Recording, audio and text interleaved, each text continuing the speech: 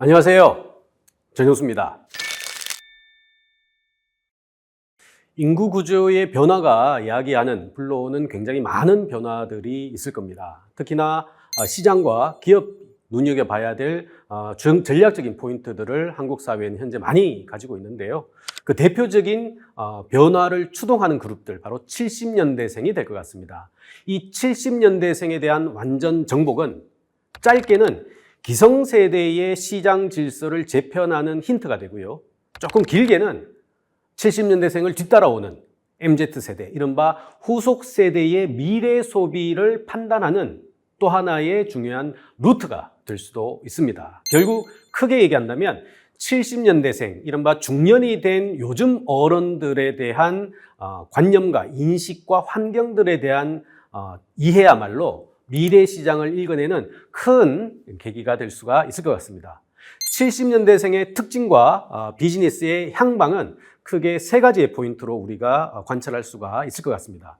첫 번째는 이른바 베이비 부머의 힘입니다. 이 베이비 부머, 한국 사회 통계학적으로는요, 1955년부터 63년의 9년 구간을 의미합니다만, 사실상 그렇게 9년 구간만 놓고 보다 보니까 베이비 부머, 그거를 사실상 노년 그룹이라고 약간은 제한적으로 보는 인식들이 굉장히 강합니다. 그렇다면 이 베이비 부머의 잠재력은 굉장히 제한적일 수밖에 없습니다. 실제 베이비 부머는 그렇지 않습니다. 70년대생이 베이비 부머로 편입될 때 말 그대로 밝고 맑은 긍정적인 의미의 미래 시장의 판도를 확인할 수 있는 그룹으로 부상하게 됩니다. 한국의 베이비 부머는 1955년부터 75년 구간에 있는 약 20년에 걸쳐 있는 1700만 탄생 그룹이라고 봐도 과언은 아닐 것입니다. 20년에 1700만이니까 약간 과장을 보탠다면 연간 100만 가까이 태어났다는 것이죠. 그 속에서도 우리가 상징적인 이슈로 포함하는 것들이, 우리는 58년 개띠를 생각합니다만, 58년 개띠가 2023년 2년 현재 65세에 진입함으로써 노년과 관련되어 있는 새로운 제도 개편이 필요하다고 말씀하시는 분들이 많습니다. 하지만 58년 개띠보다 더 많은 그룹이 70년 개띠거든요. 이들은 바로 70년대생을 열어젖히는 상징적인 그룹입니다. 그렇다면 광의의 방식으로서 70년대생에 주목한 베이비 부모에게 재차 집중할 때 기존의 베이비 부모가 갖는 한계와 여러 가지 제한들을 뛰어넘을 수가 있을 것입니다. 결국 1700만의 힘의 핵심은 70년대생에 주목할 때 그 가능성을 충분히 확인할 수가 있다는 것이죠. 이를 통해서 노년 시장이 가지고 있는 기존의 질서라든가 상식들을 우리가 파괴되고 있다는 것을 우리는 1700만을 통해서 확인할 수가 있습니다. 대표적인 게 장기 근로죠. 한국은 실질적으로 60세 정년이라는 것들을 가지고 있습니다만, 사실상 최근에 많이 좋아졌습니다만 50세 혹은 40대 후반만 되면은 근로 현장에서 이탈하는 것이 일반적인 상황일 정도로까지 장기 근로가 보장되지 않았던 굉장히 호흡이 짧은 국가 중에 하나였었습니다. 특히나 이것들이 베이비 부모의 집중적인 소위 영향들을 미치게 됐죠. 하지만 70년대생의 베이비 부모에 집중할 때 이 얘기는 역사 속으로 사라지게 됩니다. 바로 장기 근로가 전제된 베이비 부모의 등장을 의미합니다. 장기 근로, 긴 시간 동안 근로한다. 우리가 알고 있는 바로 정년 제도의 폐지와 연결되어 있습니다만, 긴 시간 동안 근로소득이 확보된다는 것은 바로 노년 소비가 달라진다는 것을 뜻합니다.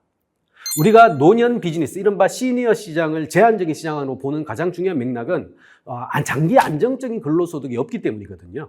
근데 이 베이비 부머, 새로운 베이비 부머들은 장기 근로가 전제된 방식으로 장기적이고 안정적인 소위 근로소득들을 확보할 수 있는 첫 번째 세대가 될 확률이 높습니다. 그렇다면 노년에 축소된 소비가 아니라 노년의 적극적인 방식으로서의 소비가 가능하고요. 실제 그 가능성이 70년대생 중년의 소비로 확인이 되고 있습니다. 달라진 중년이라는 것이죠. 요즘 달라진 중년, 이른바 본인 소비를 중시하면서 자녀 소비를 일정 부분 줄이면서 미래와 관련되어 있는 긴 시간 동안 자산을 배분하려고 하는 적극적인 실험들이 보이고 있습니다. 그게 70년 개띠들이 58년 개띠와 다른 가장 큰 차이 중에 하나라는 것이죠. 특히나 70년 개띠들은 58년 개띠와 굉장히 큰 흐름 안에서 많은 경험들을 달리하게 됩니다. 첫 번째, 말씀드린 구매력이 굉장히 강력하고요. 두 번째는 가치관도 굉장히 다양해지고 있습니다. 70년 개띠는 58년 개띠와 달리 한국 사회의 고도 성장이 본격화된 시점에 사회에 진입을 했고요. 본격적인 호황과 관련되어 있는 소위 인플레이의 기대 효과를 전적으로 몸에 입게 됩니다. 그 과정 안에서 긴 시간에 걸쳐서 올해보다 나은 내년이라는 소위 그 인플레 확장적인 경험들을 끊임없이 본인들이 확대 재생산하는 것들을 갖게 되는 거고요. 자, 이런 것들 상황 안에서 기본적으로 규제 완화와 함께 새로운 시장과 관련되어 있는 조성의 여지들, 가능성들도 706 개띠들은 함께 걸어가고 있습니다. 결국 구매력도 좋고요. 가치관도 달라졌고요. 기간도 길어졌습니다. 동시에 탈규제와 관련되어 있는 첫 번째 수혜도 706 개띠에게 집중될 확률이 높다라는 것이죠. 그렇다면 그 어떤 세대보다도 강력한 잠재력을 가지고 있는 중핵 고객으로서 손색이 없습니다. 자, 이렇다면 우리가 과거에 만들어냈던 취약 연령이니까 교육산업이 좋을 것이야. 그리고 복지산업은 나이가 들었으니까 먹힐 것이야 라고 우리가 전제적으로 깔고 있는 연령 소비와 관련되어 있는 이 개념들을 파괴하는 첫 번째 그룹이 바로 70년대생이 될 수 있다는 것이죠. 비유컨대 앞으로의 고객은 줄어들 수밖에 없습니다.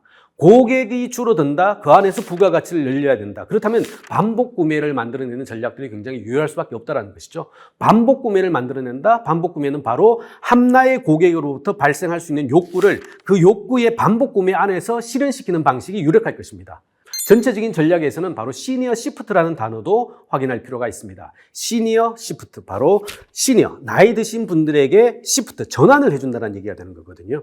시니어 시프트란 기본적으로 고객들이 탈노년이 아니라 향현역을 향해서 갈 수 있는 인식들의 전환들을 의미합니다. 나이 60이 되고 70이 되더라도 본인들의 가치관이나 인식들은 여전히 50, 40에 고정되어 있다는 접근들인 거죠. 그렇다면 현역 시간의 연장들을 의미하게 됩니다. 그렇다면 밝고 맑은 방식으로서의 적극적인 소비가 생애 전체에 걸쳐서 길어질 수밖에 없다는 것도 여기서 확인이 될 수 있다는 것이죠. 결국 현역이 연장된 방식으로서의 노후 생활이라면 근로소득의 탄탄한 구성과 함께 장기적인 방식으로서의 탄탄한 시장 확장도 확인할 수가 있습니다.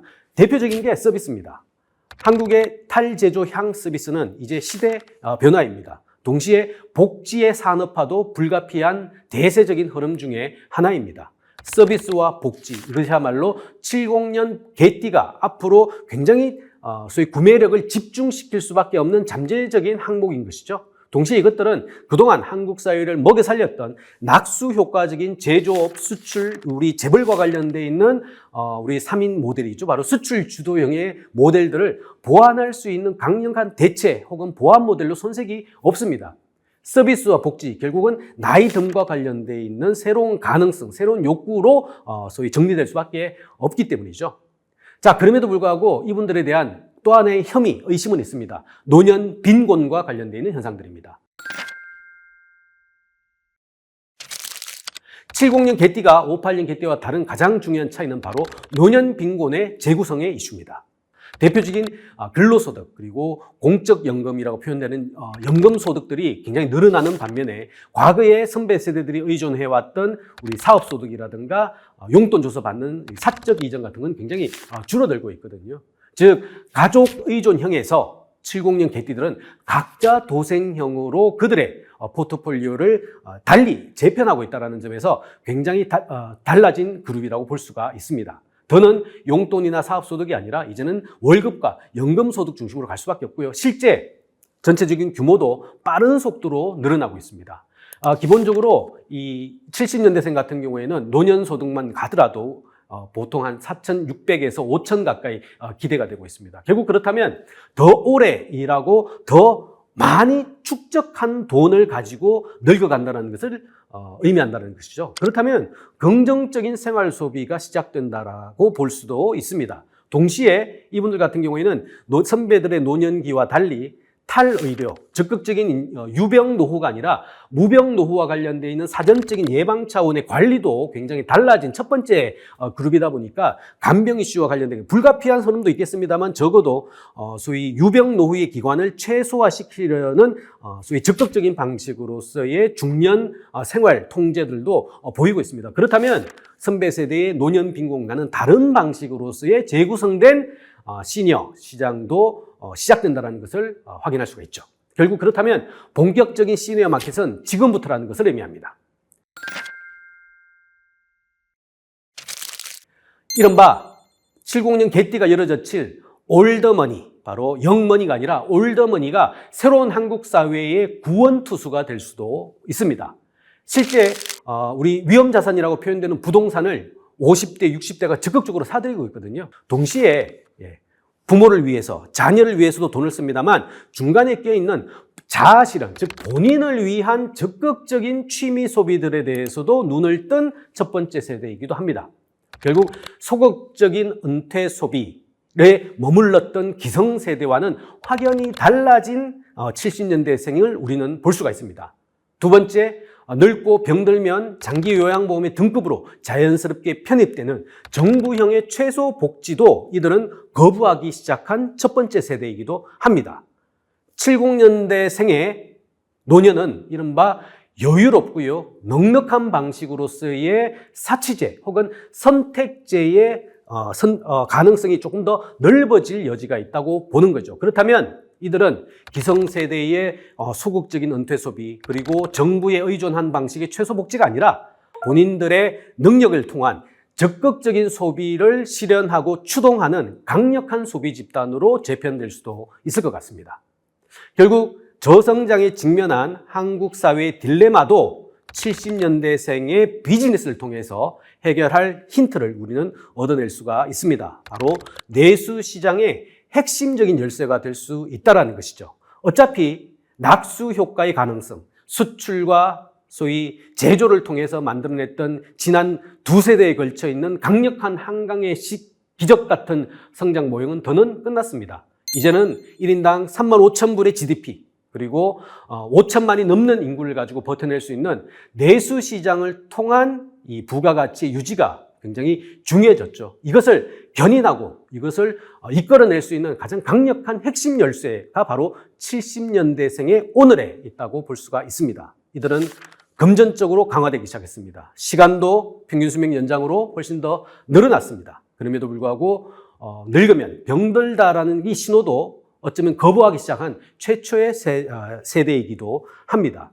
결국 시장화가 되지 않았던 복지가 과거의 토목, 건축처럼 강력한 전략 산업으로 구성이 된다면 이 복지 시장에서 만들어지는 70년대생의 가능성은 한국의 저성장을 풀어내는 강력한 소위 복잡한 퍼즐의 힌트가 될 수 있다는 것입니다. 결국 이들을 위한 무한 경쟁은 이미 시장에서 시작이 됐습니다. 시작된 이 경쟁의 결과 펼쳐질 앞으로의 가능성은 바로 70년대생의 선택에 달려 있다고 봐도 과언은 아닐 것 같습니다. 감사합니다.